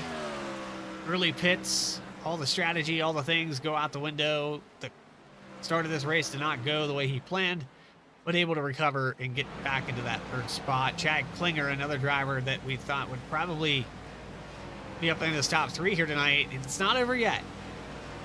He's still got a chance with 5 laps to go. He might get up there and get Whitley. Have to see, he's kind of getting to that range where the air off the 77 might be starting to hurt him. He was slower last time by, just by a little bit, so it's going to be hard to make the pass happen in the closing laps. But we've seen the 77 make a mistake before. Could easily happen again. Ryan Carwile back in 5th spot. Started 9th here tonight. Not our biggest mover of the race, but still nonetheless a great run. And I know we didn't talk enough about him. He's going to be one of those guys that we have to talk about postseason. I would be Wow, thinking really so. close. Yeah, I would be thinking so. It's just consistency. Obviously, it's going to help if you can win, but it's not a playoff system, so you're not going to need to win necessarily. And I think that plays into Carwow's advantages very easily. That's the reason he's easily in the position to make the chase this season. He's just very consistent, finds himself close to the front when it matters. Looking off the back bumper of Whitley again. It's 6/10 of a second. You hear him get a little bit tight there off of 2. That gives up another, well, actually got a big run off of Chad Klinger. Klinger's starting to struggle. Like you said, getting really tight there on the exits of the corners. Once again, I think his tires are only 2 laps fresher than Whitley's, but Ray Massey's were 3 laps fresher than Whitley's. So should still have an advantage, but might have driven him off too hard trying to chase him down. Tried too hard to chase him down, and might have already worn the good off those tires. Coming this time by to 3 to go, it's going to be tough to make up that time in a short amount of time that we have left. Trying to look at other battles that might be happening. Really not much happening. Alex Bell just passed Max Koss not too long ago to get in the 9th. Yeah, I was just about to say our biggest mover of the race will be Max Koss with 7 positions gained, and he's tied with Brandon Wallace for that move as Alex Bell was able to get around him. Coming up on 2 to go here for Adam Cabot. It's looking like it's his race, and it's all but complete. I'd say he only led about 90 laps. That seems hard to believe. This has been absolutely dominant tonight. Yeah, the stints just worked out for guys like Whitley, Massey, Chad Klinger. They were able to stay out after Cabot had stretched the run 40-plus laps, and they naturally are going to take him to lead. You saw the 35 of Banks also do that. But that's all history now as he comes off of turn 4. White flag is going to go up in the air. We've got 1 lap to go. Cabot just has to do it one more time with his 10.2 second lead. That 90-plus laps led. And the winless streak is over. Adam Cabot is going to be your winner coming into turns 3 and 4. A great finish, a great race. And he does it again. First time winner this season in Saturday Night Racing League. Adam Cabot gets it done. Incredible stuff. 94 laps led of 150. Never really in doubt since he took the lead from Chad Klinger very early on at 17. Bad, fast, and he finally gets his win on the season to close out the regular season. Second place is going to go to Ray Massey with an excellent drive as well. Third spot just behind him there is Mark Whitley. 10 laps led for the 77, but overall, great race here tonight. Started out a little caution filled. These guys got it all sorted out and able to bring it home. And there's the 17 doing a crazy burnout there on the front stretch. Definitely deserved it. He's almost not much of a burnout out of turn 4. It was almost like he just spun out at a turn 4 and started his burnout that way, but that's one way to do it. He does the burnouts right at the start-finish line at the flag stand. Well deserving. One of our most dominant performances of the season, without a doubt. Post-race interviews with your top 3. Saturday Night Racing League has concluded its 150 laps here at Darlington Raceway. You're watching the final race before the top 12, and they've been decided here on V-Speed. We'll be back right after this quick commercial break.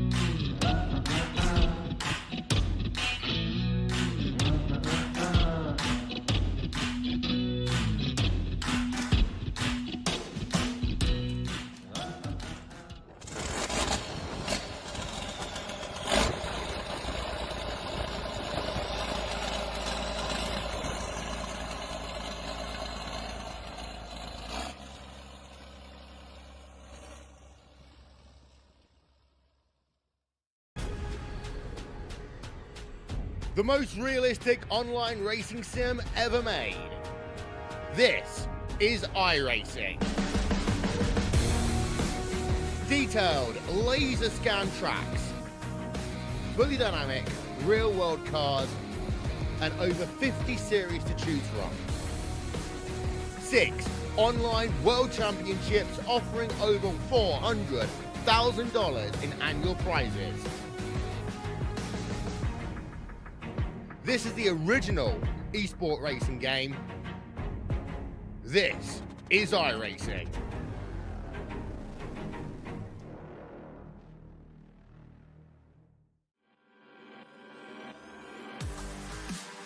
Post-race interviews with your top 3. We're back here live at Darlington Raceway, and I'm running down pit road as we speak, catching up with the third place finisher here tonight. That would be the third place finisher of Mark Whitley in the 77. Mark, you were able to lead a few laps here tonight. You short pitted and you were able to get out ahead of Cabot, Massey, and a few others, but it just never really played out. The strategy, you were able to make it on that one last stop like everybody else, but the tire fall off was just so bad here tonight. Yeah. Had a pretty bad start to the race. Yes. Lit him Not up your fault entirely. worse than an NHRA drag car.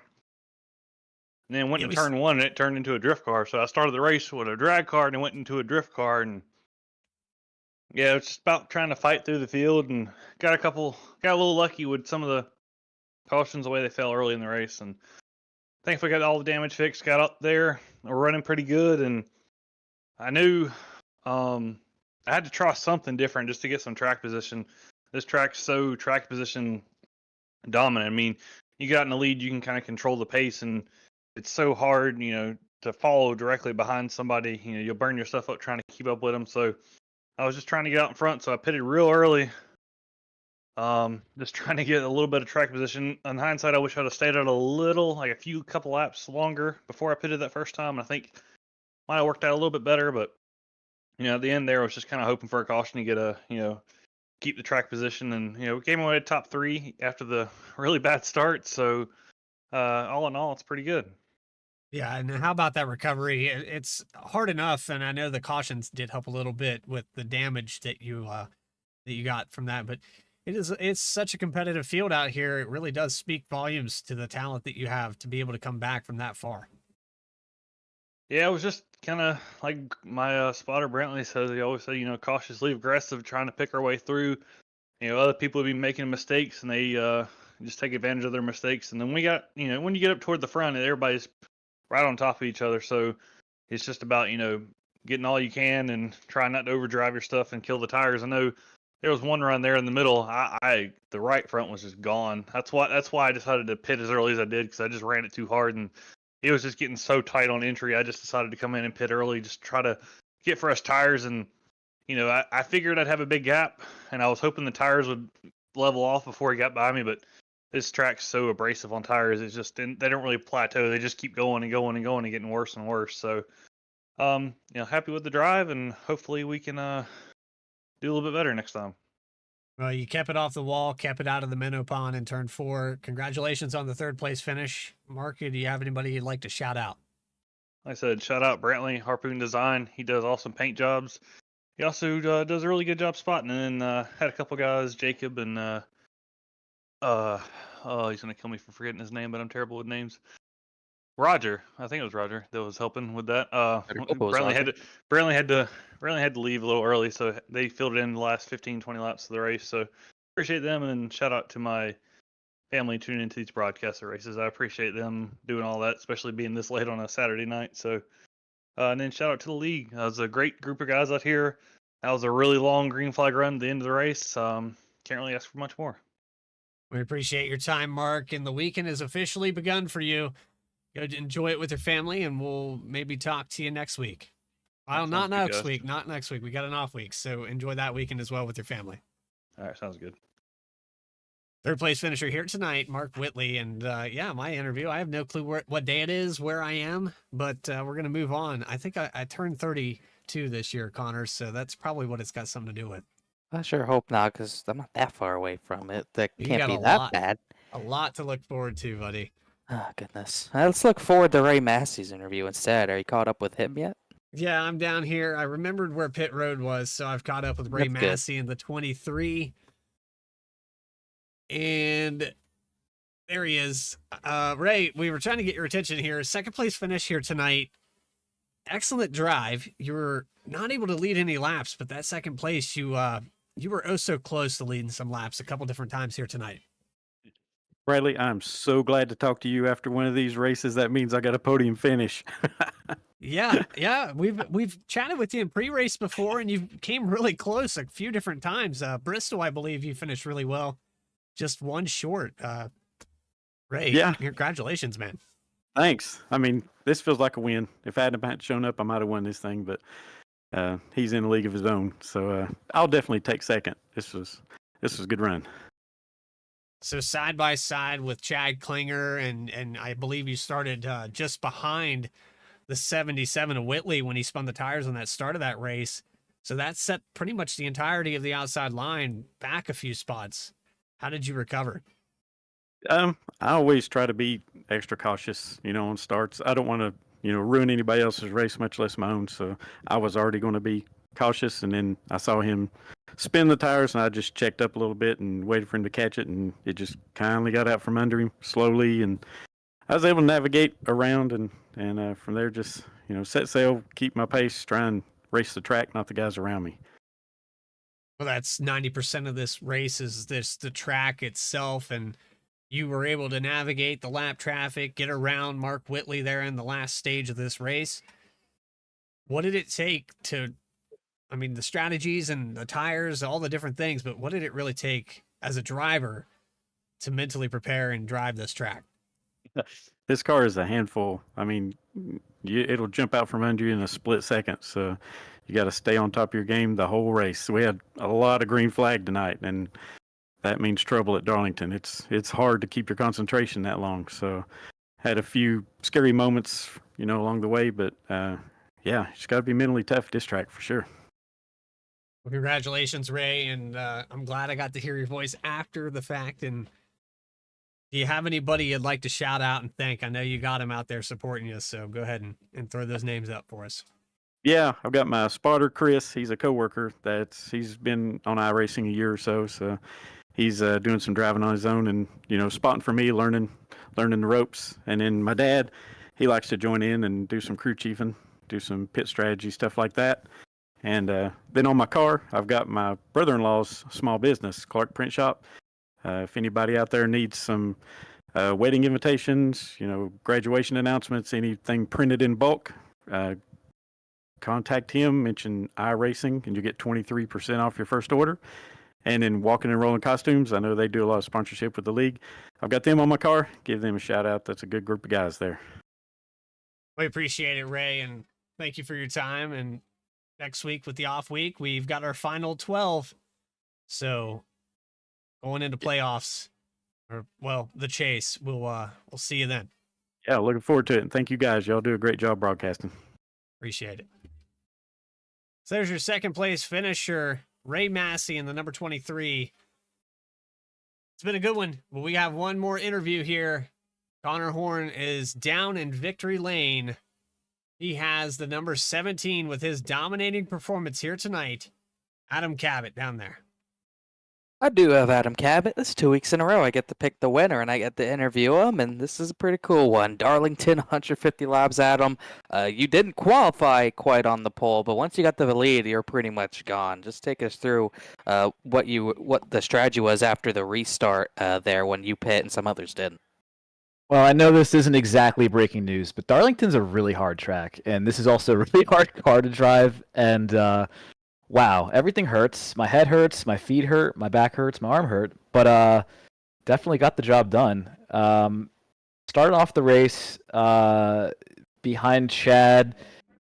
I wasn't really sure what to do, if I should try to back off him and if running in his dirty air was going to be that detrimental. I haven't really done that many races in this car, so I don't really know. Usually I just try to get out of the lane of the car in front of me, but you can't really do that at Darlington. So I just kind of rode him behind him for a while and then got under him and cleared him by probably a hair.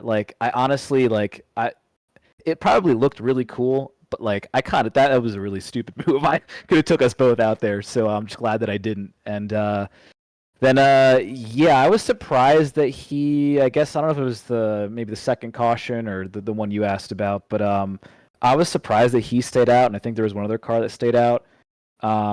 But then once we got going, like he held on for way longer than I thought he would. But then once I got the clean air and got past him, it was pretty much game over at that point. And that point it was just they always say you race the racetrack here, and that's certainly the case. It's hard just to make laps around here. I mean, the exit at turn 2 is, in my opinion, the hardest corner in all of NASCAR.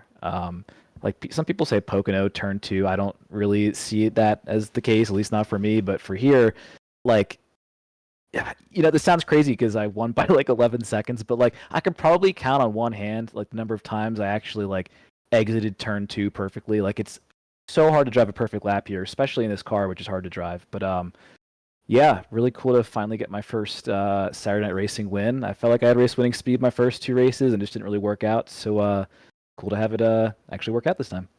It definitely worked out. And about turn 2, it did look like you were perfect over there, but like you said, 11 seconds, you won by over Ray Massey. So you talked about how you got by Chad Klinger with the different strategies, but then different strategies came into play where it seemed like other drivers, I think like 35 Joshua Banks, they were trying to get an extra stop into the end of this race, and you cut a stop out. Was there ever a point at all where you thought that an extra stop might be the move?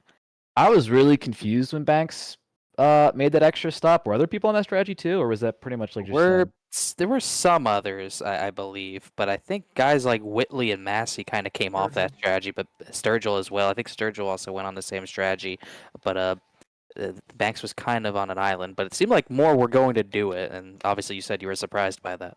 Yeah. Needless to say, I was very surprised. I didn't because it wasn't even like cutting it close on fuel or anything. Like there was plenty of fuel to pit, with 4 or 5 laps left in the tank for each of those last 2 stops. So like it wasn't one of those situations where like you're super close on fuel and you're sitting there going, oh, do I save or do I do an extra pit stop? So yeah, I was definitely surprised to see that. But the rest of the guys, or at least that I could tell, like I think Ray and the 77 and Klinger and Carwile, I think they all just pitted a little bit earlier than I was expecting. Like they did the same strategy as me, but they just pit like not really splitting up that last run evenly, which I think that's really the big reason why I got the big lead that I did, was that I waited like an extra maybe 6 or 7 laps that first run, and then like an extra 5 the second, to try to, at least I think I split it up pretty evenly. I'm not really entirely sure, but yeah, definitely had the long run pace and the tires for sure. I was just trying to keep the right front on it, because like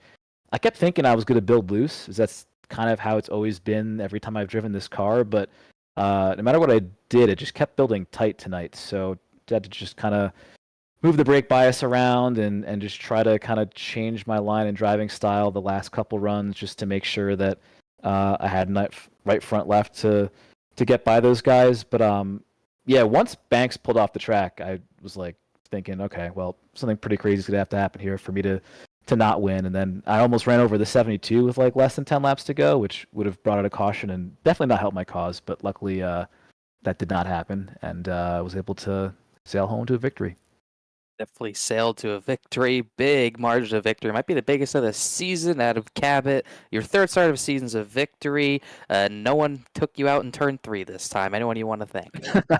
Well, I've got to say too, I'll be honest, I was looking down with like 10 laps to go at the margin, and I just started driving really hard, trying to get to 10 seconds. I was like, I just want to win by 10 seconds. So got that accomplished, but that also could have ended poorly, considering how easy it is to screw up the exit turn 2. But yeah, I'll thank Jeff Wright, even though he's not here. That was disappointing, because I keep telling him that, I want to run these races. I've just been busy like pretty much like literally every Saturday since the last time I ran in Kansas. So a little disappointed that, of course, the one night that I could make it, he couldn't, I guess. But I guess I got to fill his shoes of going out there and kind of dominating. So that's pulling a Jeff Wright in this league for sure from the races I've watched. But yeah, shout out to him for putting together this league. I know it's probably not easy running a league, and you guys in the booth doing a great job. And yeah, I can't wait to. I don't think I'll be back. I don't know if I'll be back the next couple weekends, but definitely next weekend, the next Saturday, I'm free. I know I'll be here for Dover. I'm making sure that's a day that I'm free for sure. Oh, well, no surprise to see Concrete Cabot come out of hiding when we get to that point. But a different story tonight, just absolute dominant Cabot tonight. I think he led 94 of 150. Dominant victory. Congratulations, Adam. Thanks for talking to us. Thanks, Connor. Yes, sir. There's your race winner, Adam Cabot. And it was a good show. I enjoyed every second of it. I think we bring up your final results here on the screen now. Top 3 that we just talked to. You got Chad Klinger, Ryan Carwile, Jonathan Cadell, Joshua Banks, Michael Sturgill, Alex Bell, and Max Koss to your top 10. I believe a lot of these drivers going to be in that top 12 in points. Yeah, I didn't know that Jason Cadell is a new driver as well. But Sturgill, I think he's going to be fine. Obviously, with Chuck Sweeting's issue, Sturgill was above the cut line by 2 and no Cofield tonight, so I think we'll see Sturgill race for a championship, but we'll get confirmation before we come back to you in 2 weeks' time. Jonathan Smith 11th, Brandon Wallace 12th, Eddie Trejo 13th, Caleb Weekly had a struggle in 14th, and this is where the attrition picked up. Mark McFadden just could never get a grip, 15th, and then everyone who was not able to make it to the end of this race had 15 finishers. Shavada was the latest of the retirees. He was fast, but didn't pan out after trouble on the final restart. Chuck Sweeting parked it late, 17th. Just McWhorter, internet issues plagued him. He said he's fed up with his provider, and I can't really blame him. He'll finish 18th. Clifton Cockrell pulled off early. He'll be our last finisher in 19th. So a great finish here tonight. First time winner. Unfortunately, limited schedule here for the 17 with his dominant performance here tonight at Darlington Raceway. Well, we hope that you guys enjoyed tonight's broadcast here live. We don't have official points to know exactly who made that cutoff line, but we're going to get that information to you. You can check out that information on the Discord, and that will be in the description below here on this video. But outside of that, I hope you guys enjoyed the broadcast. For everybody that works here at V-Speed and at Saturday Night Racing League, this is the final race before we take the final 6. We're going to have an off week next week, and we'll be headed to, and here I am forgetting the track. Let's put that up on the screen. We didn't put it up for the entirety of this race, thankfully, but we're going to Chicagoland next week at 10 o'clock Eastern Time on Saturday. I said next week, but it's 9/23, so September 23rd. So for everybody, sorry, yeah, 3 weeks, 2 weeks time? No, you're right, 2 weeks time. We cut it to 12 tonight, and then we'll have our 12 when we get there 2 weeks time in Chicagoland. And I personally like this chase schedule. Chicagoland, we jump right into it. It was Chicagoland, great track for the Gen 4s. Talladega, our last super speedway of the season. Charlotte, the Oval, not the Roval. We don't do that anymore. No more road courses. And then off to Iowa, which I think is going to be a fun track. Off to Dover in about just over a month's time, where Cabot said we'd see him again. Concrete Cabot will make an appearance, and then our championship finale at the old version of Atlanta. No super speedway Atlanta. We're going 200 miles an hour into turn 1 once we get to our season finale at the end of October. You're gonna have to use the brakes, use a little bit of talent, and take your time to keep the tires on it. Outside of that, though, it's gonna be a long one. We've still got 6 races left, and I'm excited for it. For everybody here from V-Speed, I hope you enjoyed tonight's race. Hit that subscribe button if you haven't already, and go check out V-Speed 2, VSRN, where our own Eddie Smith produces a lot of racing, good action, and oval concrete asphalt surfaces. For Adam Baker, Connor Horn, and myself, Bradley Cooper, you are watching V-Speed here tonight. We appreciate your time, and thank you for watching tonight's broadcast. We'll see you next time.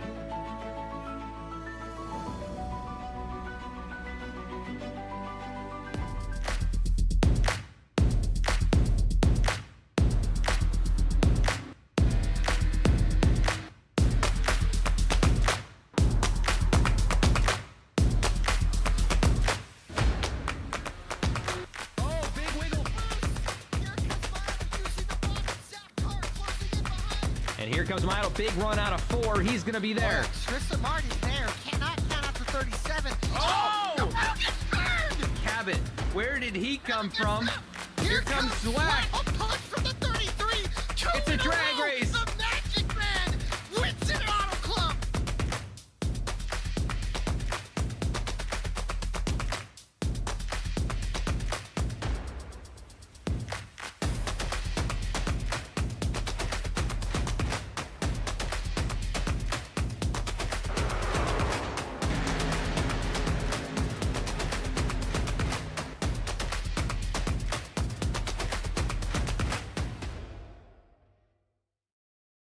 Two to go. Is anybody to try to maybe make a third one? This race still very undecided. The bottom lane just doesn't have enough cars now. The rules have been reversed. They're running out of time and they know it. How about Noah Mikulski in the 03? He did his hand in this battle. The bottom surges to the inside. Now pulls even with heading off the turn number 2. 900 horsepower at their feet. Banks doesn't have a push. Hutton, can he do it off of turn 4? Right, giving him another push. They stack him to the outside.